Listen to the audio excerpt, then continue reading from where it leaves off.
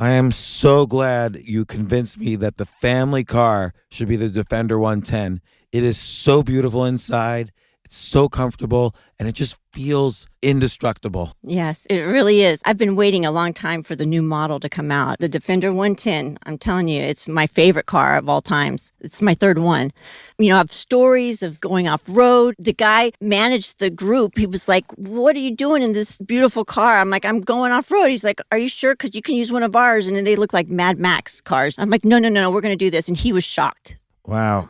Well, it's great because the Defender has been reimagined for 21st century adventure, and its unparalleled off-road ability as well as its robust interior are invaluable whether you're headed towards uncharted territory or just a weekend of exploration. The Defender 110 tackles challenging surroundings with absolute confidence. The SUV conveys strength outside and in, featuring peerless technology like an intuitive driver display and an award-winning infotainment system. That's my favorite part, to keep you connected no matter where the journey takes you. Adventure is unique to everyone, and so is the Defender. Choose from the two-door Defender 90, the four-door Defender 110, or the larger Defender 130 with the ability to seat up to 8 passengers. You'll find uncompromising performance in all three. So pack up and go even further with the Defender 110. Learn more at LandRoverUSA.com/Defender. Capella University is rethinking higher education. With its game-changing FlexPath learning format, you can earn your degree on your schedule and fit your education seamlessly into your life. Imagine your future differently at capella.edu.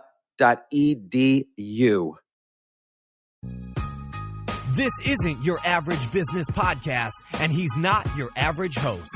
This is the James Altucher Show on the Stansberry Radio Network.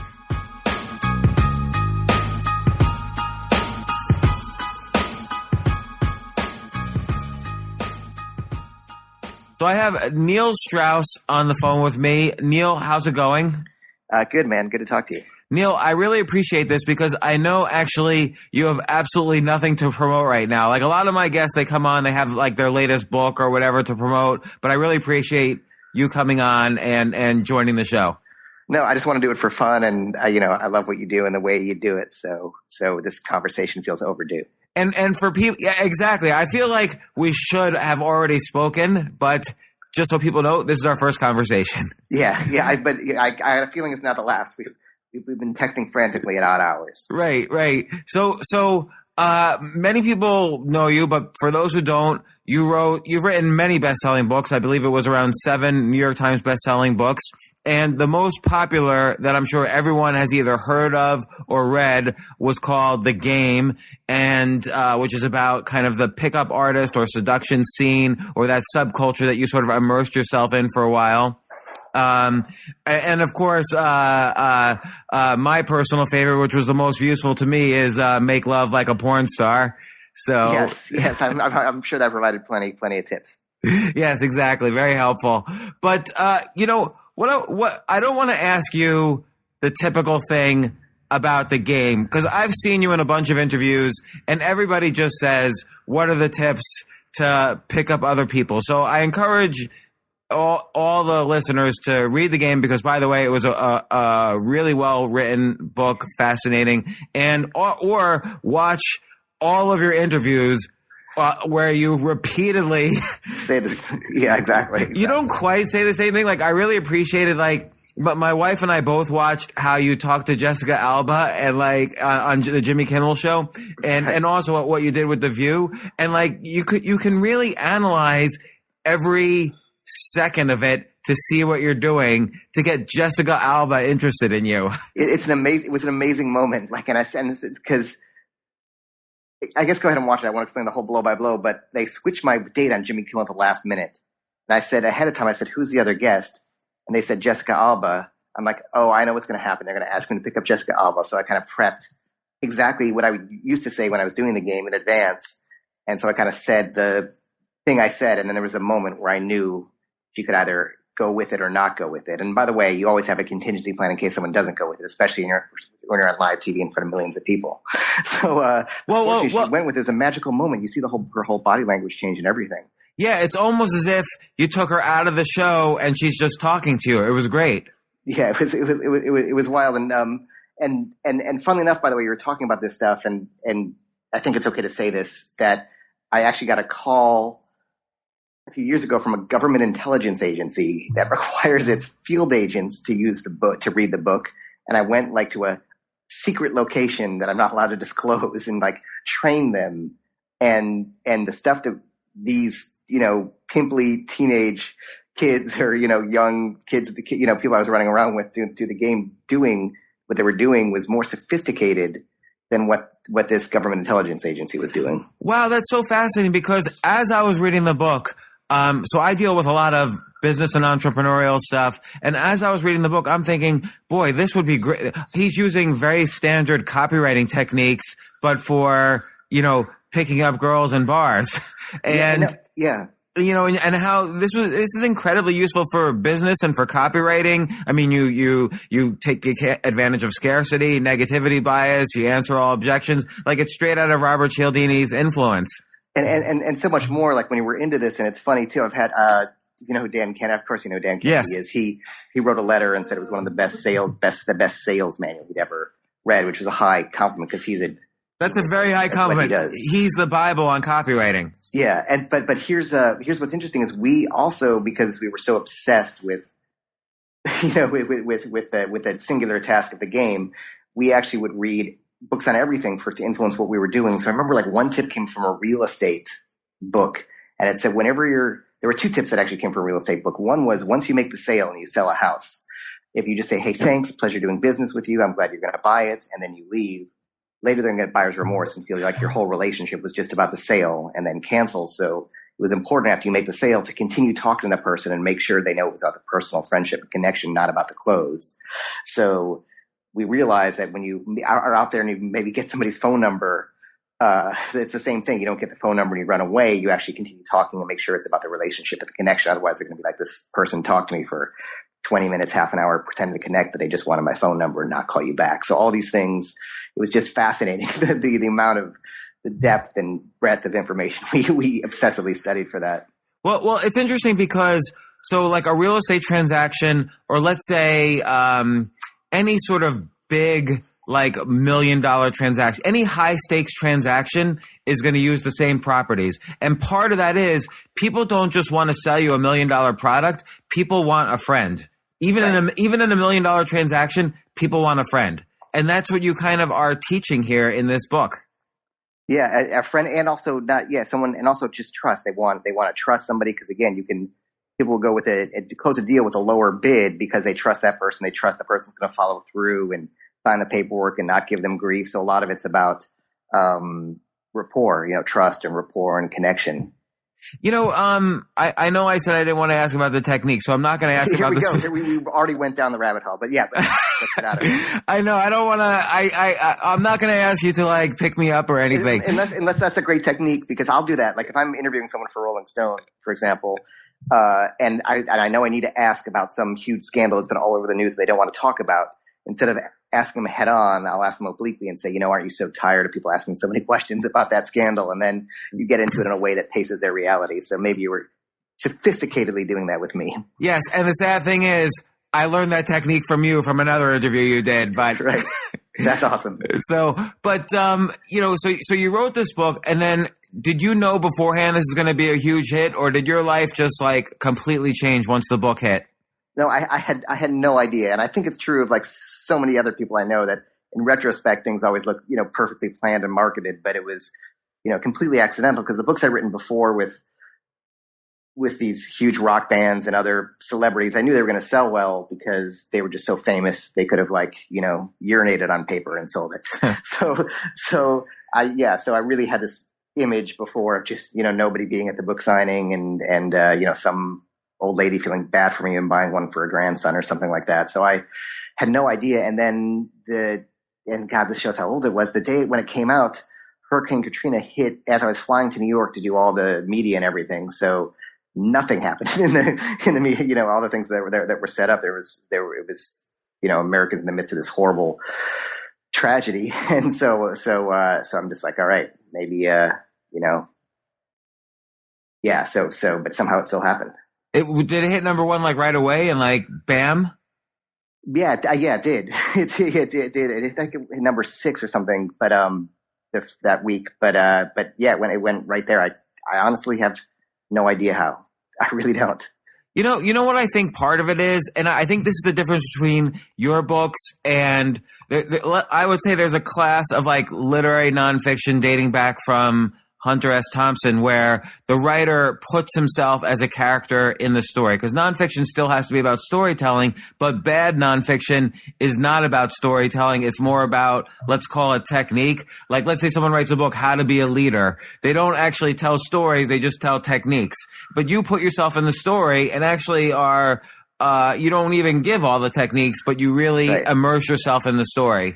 In fact, I always make the decision, it's the hardest decision to make, which is, that if there's sort of a technique or an idea that's important to me, but it slows down the story, I take it out, and it's painful to do. I did it in the most recent book that I just finished. I did it in the game, and everything has to serve the story. And sometimes you take out something you just know you want to share or is so important, but you need to let it go. Like, what's something that you took out here? Like, you don't have to say the technique, but like sure. Roughly. Sure. So the book I'm doing, and if the game was about how to maybe meet women, this is about how to stop meeting members of the opposite sex and be in a relationship. So there's a lot of real sophisticated stuff on why we choose the partners we choose. And again, it's all that's in there, but it gets more sophisticated in terms of what needs did your parents meet, what needs didn't they meet, and then you sometimes will choose a partner who is like the parent, looking to get the need met that the parent never fulfilled. Right. So for me, I'll give you an example. Right. So the saying is girls marry their fathers and boys marry their mothers. No, it's deeper than that. Okay, lay it on me. That, which is this. It's more like this. What did you not get from your parent? I'll just ask you. I'll tell you what. Let's let your listeners know you. Okay. Okay. So here's the question. What did you, growing up, you're 12 or 8, choose whatever age you go back to, what did you not get from your parents that you needed? Go ahead. I didn't get physical affection, but I think that was common for suburban middle class Jewish kids because the focus was on education and monetary success and not so much on like hugging and let's go to the ball game sort of thing. Great. And by the way, here's what I love, right? So we're already in it. So listen, so right away, I love how you say it. And then what you do is there's a common defense technique called globalization. Right? Okay. You take something. Right. I wanted to apply it to everyone else. You apply it to everyone else and then what it does is it distracts from that say in therapy or something, someone will do that because it takes away from their own pain. But you know what? Who cares what everyone else did or didn't do? All that matters is you and how it affected you. But I love how you went there and you went to defend them and you use that instant technique. So that's globalization. So the point is, by the way, you know who else says that exact same thing that you said? Who I've interviewed who says the exact same thing? Hugh Hefner. Really? That's fascinating. So his part of his theory about himself, I think it's only part of the story. I mean, I know it's only part of the story as far as I'm concerned, but part of it is that, you know, his mom was always distant. He never got that female, affection and touch. And now obviously he gets as much of it as he can for 78 years or whatever it's been. And then when you, I don't know your personal life. You're married, right? Yes. Cool. For how long? I've been married since 2010. I'm almost at my 5-year anniversary. Great. And is she physically affectionate or not? Oh yeah. No, she's great. Great. So you feel like what you needed was physical affection, and then you went and then now your partner is very physically affectionate. Yeah, and you know the thing is though, I got married at this is my second wife. I got married to her at the age of whatever it was. Let's go with the first one. First one was the opposite. Yeah, exactly. That's what I'm thinking. Usually you learn. So the first one, like you. And then I'm just going to go off on a limb, but you can just correct it where it's right and wrong. But usually with the first one, she is more physically distant from your mom, but you feel like, hey, if I can get that physical affection from her, that I'm healing that childhood wound that I had. And then what happens either is she doesn't get it and again, I'm sure there are many other things going on in the relationship besides that. And I think also there are many other things going on in your childhood besides that. But going off this one point is either, and you can tell me if I'm right or wrong, and just it's more a question disguised as a statement, which is that either she was physically affectionate. Okay, yeah, she was physically distant. You thought, hey, if I can get that, now I'll heal that wound. And then either, hold on one second. Yeah. I'll make the point. I want to hear it. Even though I'm way wrong, I just want to hear it. But someone else can extrapolate to them. So either what happens is A, you don't get it, you get frustrated, and that leads to tension and a power struggle, or B, you get it and it's so unfamiliar you just don't know what to do with it and can't handle it. So go ahead. What were you about to say? So I'm wondering, that sounds great as a theory and that matches the whole situation, but how do you know that's not just a theory? Like I could extrapolate also from hearing about different relationships. I could maybe make that theory, but how did you get beyond that to find that was okay, probably happening in many relationships? I guess my answer is, like, I don't actually care in this sense. All I care is that it's true for me. And then I'll write about it. If it's true for other people, cool. If it's not. Because here's the thing. It's all just a freaking theory. Right. Everything is just a theory, and everything proven. I mean, look at the whole like kind of biohacking health movement. One day it's raw food, the next day, no, you got to boil your kale now. You can't eat raw kale. Like, it's all just theories, and they change all the friggin' time. And often the researcher with the loudest voice wins. And in fact, if you want to go off research has proven that research is wrong because there's so much confirmation bias, there's publication bias, there's all kinds of crazy things going on, and anything. So I mean, there is this whole, and I love, there's this whole kind of TED Talk culture we're in now, where someone says I'm a scientist, or they have a doctor before their name, or they use the word research, that then we must automatically accept it. However, my thought is I just use what works for me, and hey, if it's 75% true, it's better than most other things. So the answer is, the burden is not to prove it. The burden is just, does it work for me and make my life better? It's funny you say that because it sort of confirms my belief that it's the story that's important as opposed to the technique. And right. so obviously you want to be not just entertaining but educational because it's nonfiction, but the story is drastically important for the readability. Yeah, exactly. And to me, I'm less, I guess here's what I kind of do is, or at least in some of my books, which is, there's a problem in my life and I'm having a problem with, like, again, relationships were like beyond a problem. I was so bad at them.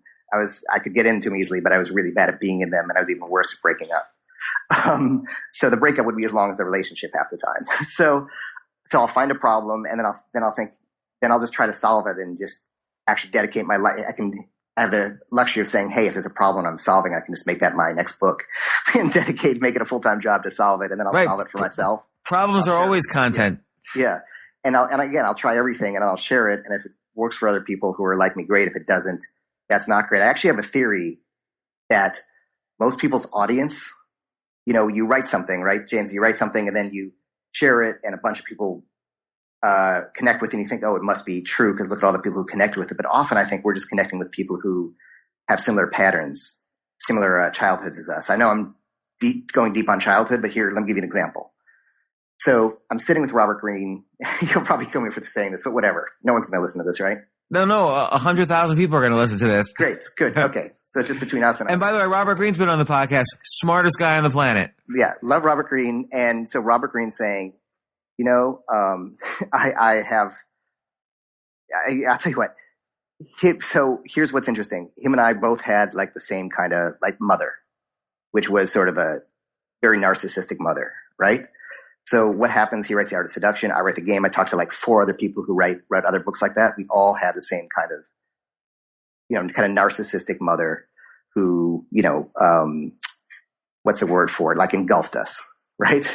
So what happens is then you write these books often about, say, power, this kind of power struggle or having power over the opposite sex or something like that, and then everyone likes, and you think this is what guys need or they like, but then you realize, no, I'll go to my seminars, I'll ask them about the way they were raised, and a lot had the same kind of parental constellation as me.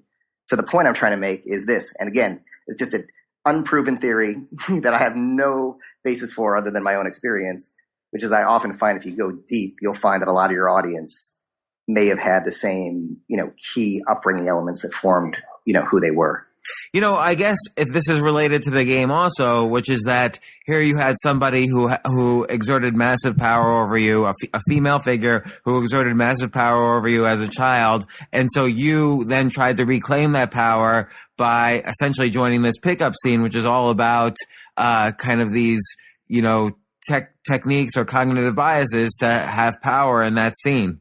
Right, which is like, I won't be my mom's victim again, which is total nonsense that I actually believed at the time, which is why it's important to know who you are and how you're raised and what your beliefs are, so you know the choices you're making are, healthy or unhealthy. So I totally agree. I think that, yeah, that's exactly the point. Well, you bring up an interesting point in one of your most recent posts or letters that I got from you, which is that on one end of the scale, you can remember all these techniques for, either controlling a situation or a pickup or whatever, or you can really learn deep down, like, what's inside yourself and just rely on that. And that's probably just as successful. Yeah, exactly. Yeah, the point. Yeah, exactly. The point of that was a lot of people try to change their behaviors, and that's easy to change your behaviors. But if you don't change your sort of beliefs, whatever it is that motivated the behavior will find another way to kind of come out sideways. So working on your beliefs, are really tough. It's tough to recognize them. It's tough to change them. But once you change or alter them, and again, we all walk around with these beliefs. I'm not every actor, so many actors I know, right? And I'm in LA, so it's the capital of, kids who felt they didn't get enough attention and now want the attention of the world to fill that hole. So, so what about, if you just feel like I'm enough as I am without needing anybody's attention, you can actually walk the world as a complete person and then maybe become a great artist instead of a attention whore. It's interesting because you do say, that the book opened you up to self-improvement, but it also opened you up to spirituality. Like, how do you define spirituality in this context? I mean, I think spirituality is just whatever system you believe yourself to be a part of, outside your body. So whatever way you feel you fit into the world and the universe is your spirituality, whether you believe that's just that all things are connected, right. Even scientifically, one can believe, it's the force, or just you can scientifically believe everything's atoms and they're all touching and vibrating, so we're all connected. Or you can be a higher power or a god, or it could just be it's all meaningless and nothing matters. That's whatever that is. That's what I see as your spirituality. Is just you're the way you feel like the system of your body fits into the system of the universe. But even that feeling of like, let's say it kind of gives to this feeling of nothing matters, and that actually helps in lots of situations. Then you don't have to be as concerned what people think about you, for instance, which is a huge battle in both business or seduction or whatever, negotiation, everything. Yeah, and is that your philosophy? No, I kind of I'm a big believer that people should be grateful all the time, because that you can't be grateful and regretful or anxious at the same time. So anytime I feel like I'm anxious, I try to notice that and replace it with feelings of gratitude. And that keeps me present in the now, and it also prevents me from giving a shit what other people think of me. Interesting. Cool. Because if I'm grateful for everything in my life, then why do I have to be why do I have to have even more? In terms of what people think of me. Interesting. And, in 2 weeks, because again, I love using myself as a self-improvement, I just like trying everything. It can't hurt. I'm actually in 2 weeks going to something in Florida that a friend highly recommended called gratitude training. So I'll let you know how it is. Yeah, that sounds excellent. And it's, one thing that really helps me with gratitude training, even though I have no idea what that thing is about, is whenever I pass someone on the street, I imagine I'm their mother. Oh God! Okay, where's this going? And then you just naturally feel this like warmth, towards them. So it's kind of odd. Like if it's a girl passing, sometimes they think I'm hitting on them because I'm just smiling, or if it's like a man, I'm smiling at them. So that anybody could think of all these things, but it gives me just these natural feelings of well-being towards all of these other people around. Is that what your mom was like? Was she passionate? No, it's just kind of like my mental image. That's such a funny choice. You would say mother. It's so interesting. It is my mental image of what a mother should be. Right. So the other thing I try to imagine is that every person I come into everybody says live life like you're going to die tomorrow. So I do the reverse. I live life like everyone else is going to die tomorrow. Right. So like, that's why I'm talking to you like, oh my God, maybe this is the last chance or the only chance I'm going to have to talk to Neil Strauss because he might die tomorrow. Because he dies and you become the last man in the universe. Right. I think that's your next book is I Am the Mother You Never Had. That's it. That's a good one. I don't know about that. So, one of the things that Oh gosh, I'm asking more about the game. One of the things that scared me about the game, and I'll be totally honest because I'm, deep down an insecure guy. One of the early chapters. Because you didn't get enough affection from your mom. Exactly. That's exactly it. We've narrowed it down. But one of the women in one of the early chapters was married and insisted, this can't work on me, whatever, I'm married. And then, of course, in the next few pages, she's with two other guys other than her husband. And that scared the hell out of me. If that could happen to that woman, could that happen to any woman potentially? Because you didn't have the security growing up, that you don't have the confidence that you're the best one she can be. And anyway, yes, okay, yeah. So yeah, but yeah, what's fascinating? And I'll stop beating up about your childhood because I'm actually curious more about it now. But that's it. But first of all, going back to beliefs, all those beliefs hey, I'm not enough for my wife. I'm not enough as I am. I read a great quote, which I'll read you. I just texted a very, very successful friend this quote. About productivity and how that's almost a form of sort of self-medication and stuff. But anyway, going back to the more shallow point instead of the deep point, the more shallow point is this. Yes, it was true. When I did the game, if I ever was ever out and I met a woman who was married or in a relationship, and again, I would, not that I used to say when I did all the interviews it was a code of ethics, but that hardly even sounds ethical as I say it now. But I used to say, and it was true, that I wouldn't hit on them, but if they kind of hit on me, I would allow it to happen. So it's fucking horrible. I can't even believe I said that as being ethical, but the ways we trick ourselves into doing something we want to do. But it was great that you described that in the book. Again, what was great about your book. Yeah. Sorry, go ahead. Finish the point. No. So the point was this, that if I met somebody who was married or in a relationship, you had a better chance of sleeping with her that night than someone you met who was not.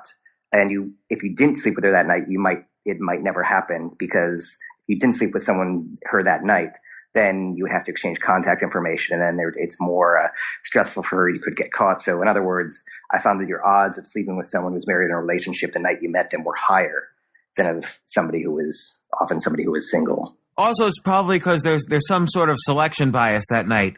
You're only meeting the women that night who are probably open to having some kind of, relationship outside their marriage. Yeah, exactly. And maybe they're out. And again, sometimes you meet someone who was out to get revenge on a cheating boyfriend or husband, or felt, their self-esteem was hurt, so they're out looking for that fix.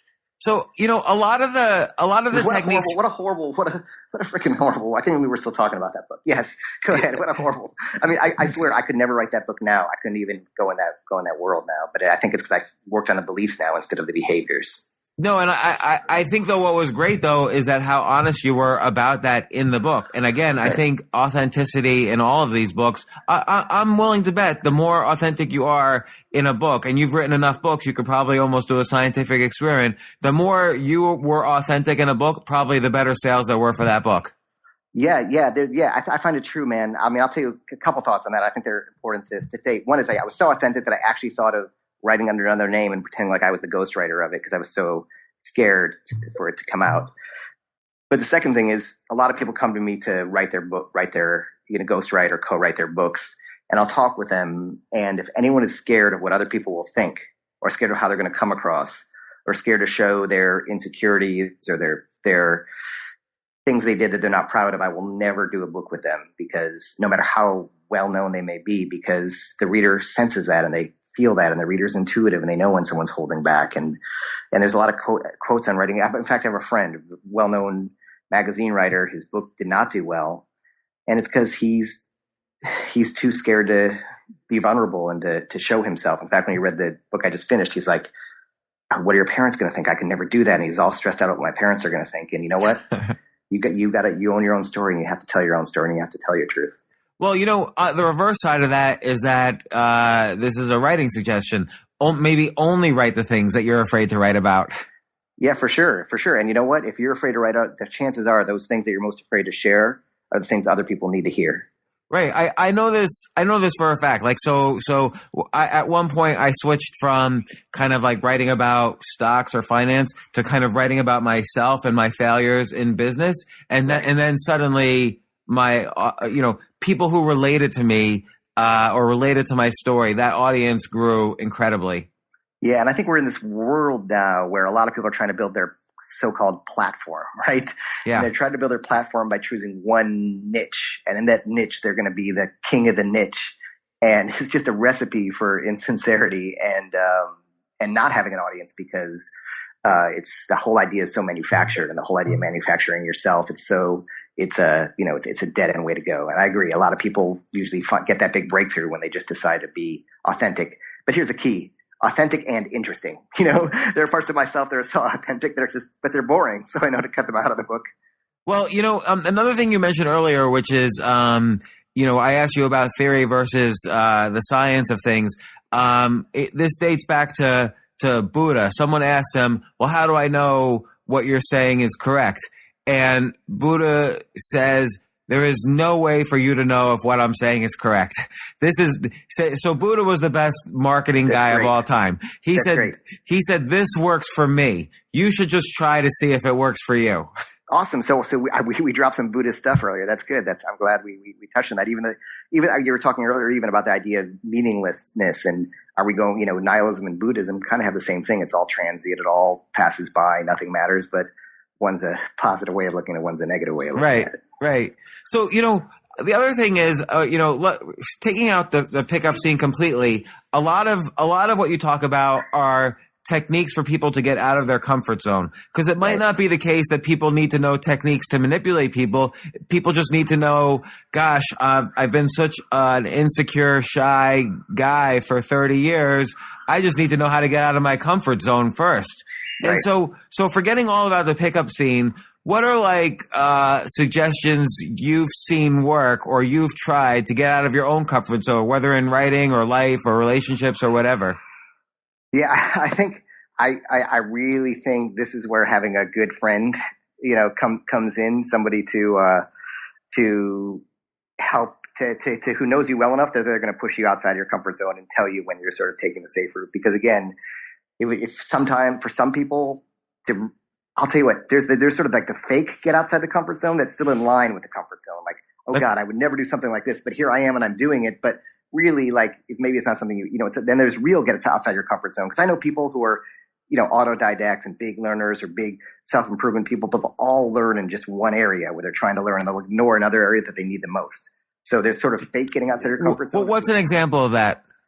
Let me just think of an example of that. What's a fake comfort zone? Let's see. A fake comfort zone is like, fake comfort zone could just be, I never travel and I'm going to get step outside my comfort zone and take a trip to this, to just somewhere random. Someone's gonna give me a ticket. I'm going to go there, but maybe you actually do like adventure, but maybe that's a bad example. That's what I'm thinking of offhand, but I know a lot of people who that's the sort of fake comfort zone, let's say, right. is something you kind of really secretly want to do anyway, but you just haven't done or don't do. Or there's another, maybe it's outside of a comfort zone of one sort of compartment of your life, but in another compartment, it really is the stuff you love.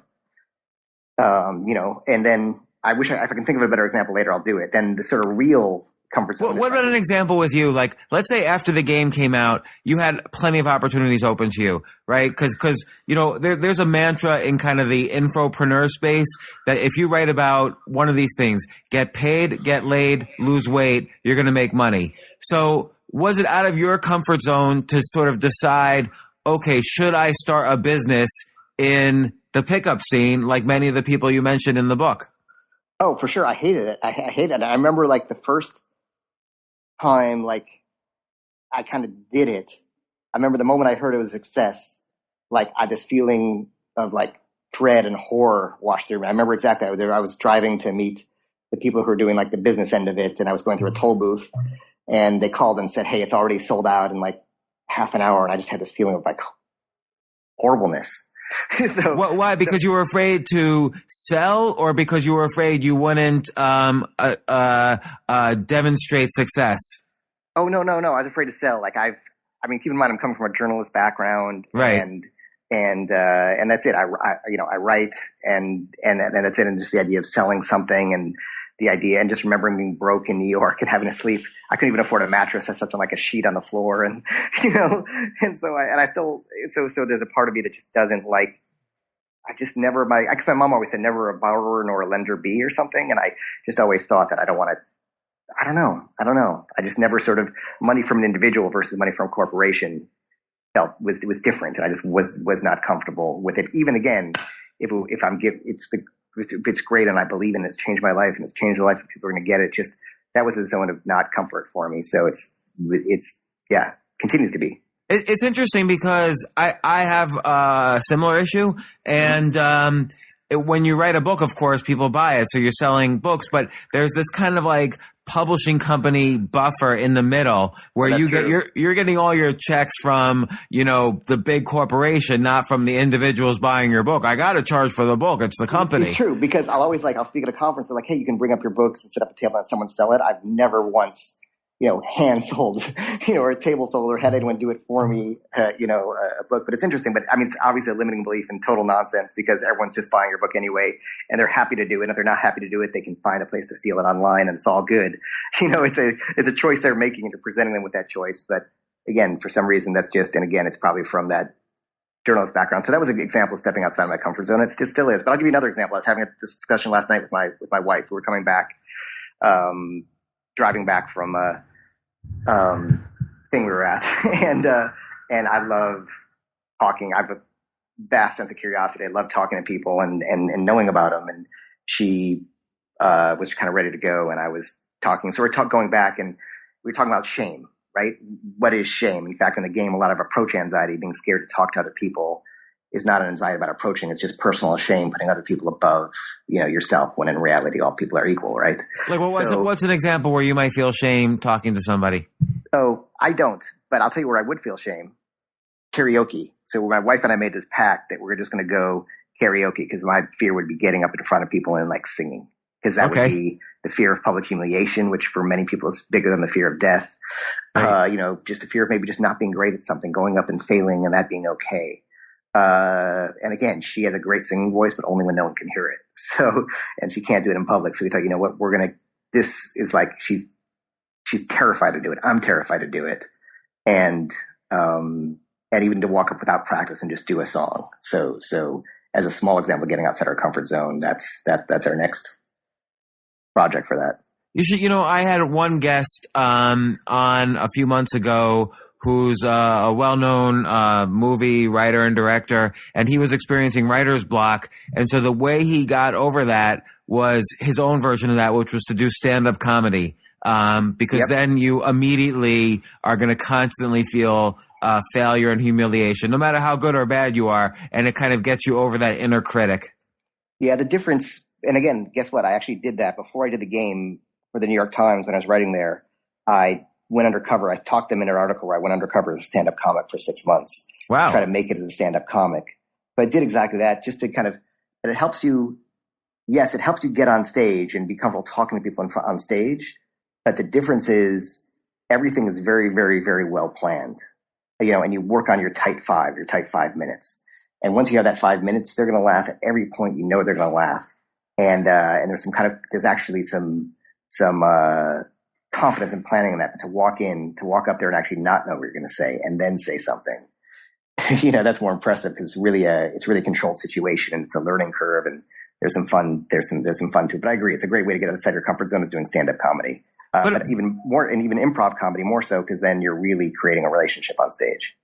Yeah, so it seems like a common theme then of a lot of these things you were writing during this period, and I don't know if this occurs too in your upcoming book, but a common theme was how do I break out of my comfort zone? Yeah, because that's where learning and growth happen, and that's why you're asking the question in the first place. I want to know. Because you know that outside the comfort zone is where the most learning and growth happen. Yeah. So what do you? So again, you gave an example of like some fake comfort zones, but what's something that you would? So other than karaoke, now, what's something that you would suggest to people? Hey, try this the next time you're at X. I mean, I'll tell you what. Whatever you're making excuses about not doing is what you should be doing, right? So whatever you're making excuses about not doing, it should be doing, and it can be a small thing or it can be a big thing. But think about the thing. It's the thing that you're most fear. The thing, I think it's great when you think there's something you're going to do. Again, a common sense thing that you think, how about this? And again, no one's asking the question, so I'm going to think about it out loud. When you're attaching consequences to something that really objectively doesn't have negative consequences. So obviously, like jumping out of a plane without a parachute you attach a negative consequence to that, and it does have a negative consequence. Jumping out of a plane with a parachute while an instructor is holding you is, let's just say, a fake fear, because again, your chances are worse on the LA freeway of, I'm not sure exactly what the stats are. Again, my experience when I jumped off, it was okay. So I think maybe the rule is if you're attaching a negative consequence to something that really objectively may not have a negative consequence for you, then maybe that's something worth trying. So since the game, obviously you've written a bunch of books, you've had ongoing success. You've also started your company, Style Life, that is about these techniques. But how did you then kind of break out completely from the scene and meet the lady who became your wife, and now moved on to bigger and better? There's a quote from John Cage, the composer, and he says, "My credo is be open to whatever comes next." And that's it. I'm kind of open to whatever comes next. Like, I think the biggest challenge is not to be trapped in what you did before. Like, I talk to, again, because I interview musicians all the time. There's always this fear that my audience expects this of me. What do I do now? And the answer is, all people know of what you've done is what you've done before. They don't know what you're going to do next. So you just keep doing what you do next. It's the hardest thing. And I've been having this discussion with a lot of people lately and I'd be curious for your experience, it's really easy. You have nothing to lose when you're just trying to start a company or write a book or put an album out or write your screenplay or make a film, whatever it may be. But then once you have that first success, then you have something to lose. In fact, I was talking to a friend who is a magician and not a guy from the game. And he had a hugely successful show, and he's just got writer's block for his next show because he has something to live up to now. No, it's very true. Like, I almost curse the days where someone I really respect writes me and says, "I love your writing," because then I know I'm shot for the day. Right. Because then suddenly I'm going to be writing. That's my audience. Well, shit. And what did that guy love about it? How can I do more of that? And then you're not kind of evolving. And again, you make a big thing out of failing. Like you said earlier, it's nothing to hide. It doesn't matter. I think you got to be connected passionately to what you're doing and do what's true to you. And the rules change every month, every week, every year. And I think the biggest mistake people can make is being attached to what worked in the past. I think that's very true. I think, and there's only so many stories from your past you can tell, and there's only so much drama in your present you can tell. So sometimes you have to actually create out of like other, or you have to remix in innovative ways what's inside of you, and that's the source of creativity. But it's also going to be different from what your audience is used to, and that's okay. In fact, there's a friend of mine. Sorry, I keep mentioning these friends and everything, but you have so many friends. I have so many friends. So he's a producer, and there was a band that was kind of well known in the 90s, and they were coming in to make an album, and they said, well, he said, "I love this thing you wrote in your book. Can't you just do something like this?" It was a poem he wrote or something. And I was like, "Well, no, that's not what my audience wants. And the band doesn't like this. This is not what we do. We play this kind of music." He says, "Listen, your audience likes you." So this goes to everyone. Listen, your audience likes you. They don't like what you do. They actually like you. You think they like what you do, but they like you. And whatever you do is you. So go do that. And if they kept doing what they'd always done, they'd be forgotten. Instead, they just kind of did the thing they were scared their audience wouldn't like, and that wasn't true. That felt not true to what they'd done before, and that became their kind of biggest hit, and they're still around. Interesting. Can you say the name of the band? You know what? The story might have been told to me privately, so I shouldn't. Okay, no problem. Yeah. So I was wondering about this. I read that you in 2010 started your own imprint with HarperCollins. Right. How did that happen? Like, what happened to that? Yeah, so it was Igniter Books, and I just got excited because I was seeing there were so many great writers. There were so many great book ideas, and so many people were coming up to me, and I couldn't write them all. So I thought, hey, why don't I just find the idea, find a great writer for it, and make it happen? And I got to make that happen. I did. My first book was with Larry Harmon, who was Bozo the Clown. Yes. He had childhood hero. I grew up in Chicago, and now and I've really had bad. He passed away just before the book came out, but he got to have his story told, and it made me so happy. And then there's a group called the Louvin Brothers. They just won a Grammy last year for like lifetime achievement or in music, and amazing bluegrass band from the 40s. One evil brother, one very good brother, and it's like a Coen Brothers movie. Their story. And if anyone's on Google, look up the album cover "Satan Is Real" by the Louvin Brothers. It's probably the greatest album cover of all time. Satan Is Real. And their song "Knoxville Girl" is the greatest murder ballad of all time. Period. "Knoxville Girl" by the Louvin Brothers. Anyway, so one brother was still alive. The other one, of course, the wild one, died young. And I just knew his story had to be told, and so I hooked him up with a writer, and they got his story told. And again, he passed away before it came out, but at least the story got told. It would have been gone. It would have been gone otherwise. And so I really loved doing that. And then nobody wanted to write a book with you again because everybody was going to die. Yeah, I know. Seriously, right? I'm really, it's a bad batting average. In fact, I did another book that was so controversial, and I can't say what it is, that that HarperCollins would not put it out. I had to put it out. It was all done and ready, and the publisher wouldn't put it out. I wouldn't even put my name on it. It was such a dangerous book, but I found an indie publisher to put it out. Yeah, and what was dangerous about it? Let's just say that it was about a world where there's a lot of murder and death, but it was a story I felt like had to be told. And it's not going to get told. Can you self-publish it? No, it is told. No, it came out. I found a really brave indie publisher to put it out. Oh, what's the name of that one? I don't think I know it. I can't say because my name's not on the book or anything. I like my life, and I have a child. Okay, all right, fair enough. I guess my thought is there are stories that need to be told. If they're not going to be told, I started the imprint to make sure those stories get told. So as soon as an agent approaches me out of a book, I won't put it out because someone else is going to put it out. So, let me ask you this.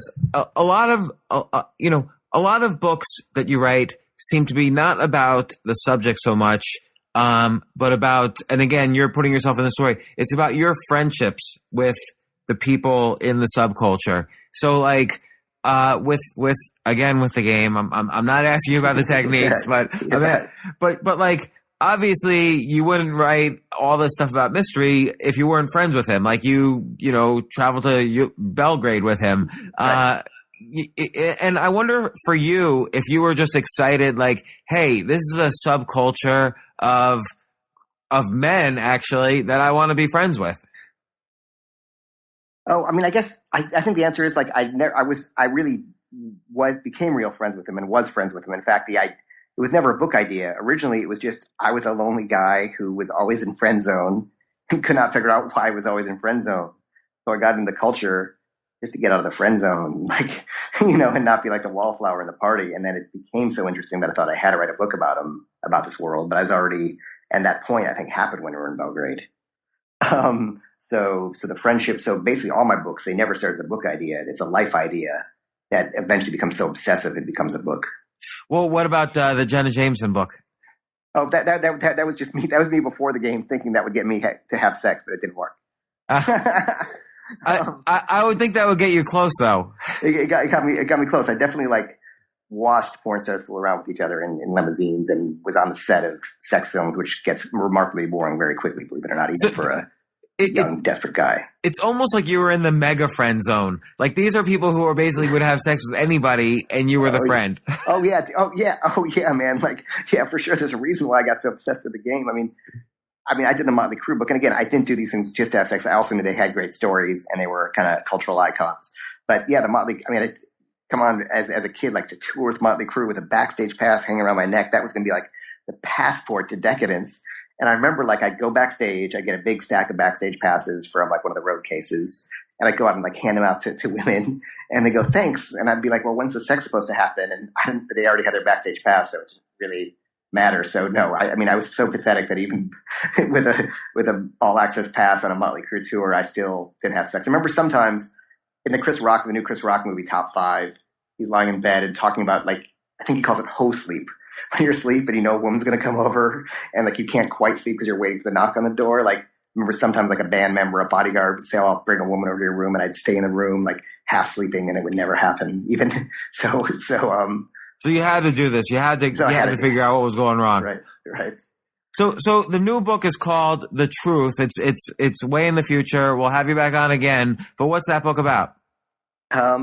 It's. I'll tell you what. I'll only tell you one. I'll tell you one thing, and then but we can't ask follow-up questions. Well, yeah, it begins in sex addiction. It begins with me in sex addiction rehab. So wow. So let's just say I went from it's a cosmic irony, but it's really about just everywhere I'm coming from now about really trying to understand yourself, your relationships, and kind of be happy in life, and it really is about trying to fix what's broken with you so you can have a relationship and be in love and be happy and not self-sabotage yourself in your life. Okay, but again, on kind of the creative technique, it's not really about those things. It starts with you in sex rehab. So you're the story. You're not on a pedestal telling people how to have great relationships. You're trying to figure this out for yourself, and you kind of write about what I'm assuming you write about what happens along the way. Yeah, and here's what's fascinating. So I started writing the book with a certain fixed idea in mind. And the fixed idea was this. I'll just tell you what the hell you already got me talking about it, bastard. I'm wondering if I use one of your techniques. I don't know now. No, it's just that I get into what I'm doing and enjoying the conversation. So you probably are. Yes. So I started the idea with a fixed idea in mind, which was that monogamy doesn't work, marriage is anachronistic. These are all just sort of bullshit things that our culture has us do, and we just do it because the people before us did it, and it's reinforced by the media. And I started with this sort of chip on my shoulder about monogamy. And I started writing it from that perspective. And I was thinking my goal in the book was to like develop a new kind of relationship that once other people realized this was the natural way we're supposed to be in relationships, they would all sort of start doing it. And I was going to change relationships. And we all start writing with some grandiose idea, which of course never happens. Yeah, that sounds horrible. Yeah, it sounds horrible. So I started writing it. I'm reading the book as I'm writing it. And I just think like, this guy's an idiot. Like I'm really reading like me, my story that I'm just writing because I'm writing it as it's happening. And I read it. And again, I'm writing it really thinking I'm right. Then I read it. I'm like, man, this is like some damaged guy. And he's like really messed up. He really thinks he's right. He won't listen to anyone when they're even telling him exactly what he should do. And it's kind of sad. And actually through reading the book as I was writing it, it ended up being about, something else and what it should have been. But it was really like sitting down and reading what I wrote and seeing how it comes off on the page. I mean, I to actually see myself from the outside and see who I was. It wasn't a pretty picture. I don't know if you write about this, but do you write about that? How you initially started this way and then you kind of hated yourself doing it? You know what? I wanted to, and I tried to put that in there, but it was too meta. It was too meta, and it took people out of the story. I thought, let them just have the story and see how that evolution happens. Naturally, it was too meta of a way it wasn't good for the storytelling. I wish I tried, believe me, I tried 10 ways to Sunday to put that in there in the introduction.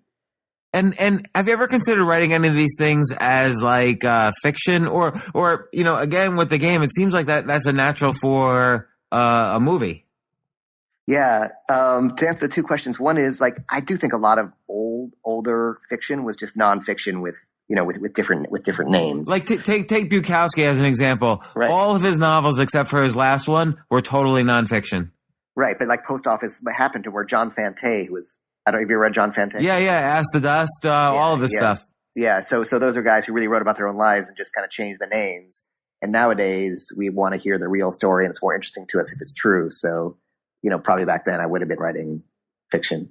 Yeah, like Ben Mesrich is another guy who writes a lot of stuff that almost could be novelized, but writes it as literary nonfiction. Yeah, that's it. And all I read, 90% of what I read is fiction because that's what influences me. What fiction writers do you like? For sure, John Fante, Ask the Dust, The Road to Los Angeles, and there's a story that's in a book of 2 stories called My Dog Stupid. That's just hilarious. So I love John Fante. James Joyce Ulysses I read every 3 years. Just because it's more like a puzzle than anything else, and every time I get more clues to the puzzle. Right. Let's see. I love Celine. So John Fante and Celine, obviously, all in the Bukowski genre. basically self-hating writers. My favorites. So let me guess. Hunger by Newt Handsome. It must be on your list. Hell yeah. Hunger. Yeah, exactly. Because that's a lineage is Bukowski, Fante, Hunger. What else is in that? I always look for more books like that and I haven't found. I think Raymond Carver is in that genre. Yeah. You know what? I tried Raymond Carver. I'll try some more. You know, also not bad is there's a Jack London book called Martin Eden. It's not quite so self-hating, but it's a really good, it's somehow in that genre. Not exactly, but it's really good. Dennis Johnson's collection, Jesus' Son, the collection of short stories. Yep. That's good. Oh, and I read recently a Richard Price book called Ladies' Man, which is not about a ladies' man at all, but I really enjoyed his style. I really like, and freaking Hubert Selby. Last Exit to Brooklyn. Last Exit to Brooklyn, and the other one, which is great. Can't remember right now. But yeah, I really like those kind of stream of consciousness, really raw writers. Yeah, those are my favorites as well, or many of my favorites. I particularly like. Sorry about the train. I particularly like Dennis Johnson's stuff quite a bit. Have you read anything else besides Jesus' Son? Good. I've read all of his books. Great. Yeah, they're all good. But the collection of short stories is my favorite. Oh! I got one for you. William Cotswinkle, The Fan Man. I have not read that, and that has been recommended to me. So now I'll have to read that. Yep. Well, Neil, thanks so much for spending the time. I'm glad we had this conversation, got a chance to know each other, because when your book does come out, I want you to come on again, and we'll talk more directly about it. Great, and I hope we weren't too all over the place for those listening. No, all over the place is great. Because what else is there to talk about? Yeah. All right, man. I look forward to talking more in the future. Okay, thanks, Neil. Talk to you soon. All right, take care. Bye. Now that's what we call done. Visit StansberryRadioChooseYourself.com to download our free report called The Choose Yourself Stories and check back daily for more Ask Altucher.